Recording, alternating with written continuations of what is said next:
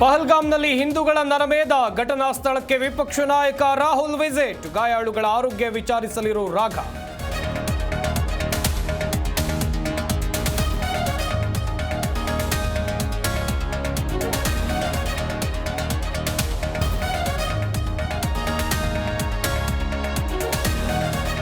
ಕಾಶ್ಮೀರದಲ್ಲಿ ಉಗ್ರರ ದಾಳಿಗೆ ಕನ್ನಡಿಗರ ಬಲಿ ಭರತ್ ಭೂಷಣ್ ಮನೆಯಲ್ಲಿ ಪೂಜಾ ಕಾರ್ಯ. ನಾಳೆ ಒಕ್ಕಲಿಗ ಸಂಪ್ರದಾಯದಂತೆ ಹಾಲು ತುಪ್ಪ ಕಾರ್ಯ.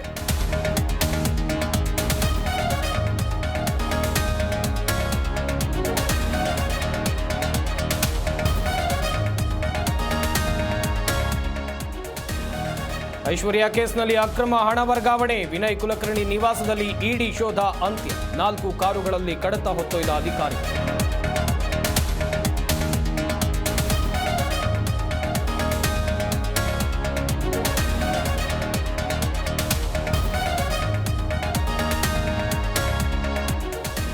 ಕುಲಕರ್ಣಿ ಮನೆ ಮೇಲೆ ರಾಜಕೀಯ ಪ್ರೇರಿತ ದಾಳಿ. ಕೇಂದ್ರ ಸರ್ಕಾರದ ಒತ್ತಡದ ಮೇಲೆ ಇಡಿ ದಾಳಿ. ಬಿಜೆಪಿಯವರು ಏನ್ ಸಾಚಾಗಳ ಎಂದು ಸಿದ್ದರಾಮಯ್ಯ ಟ್ವೀಟ್.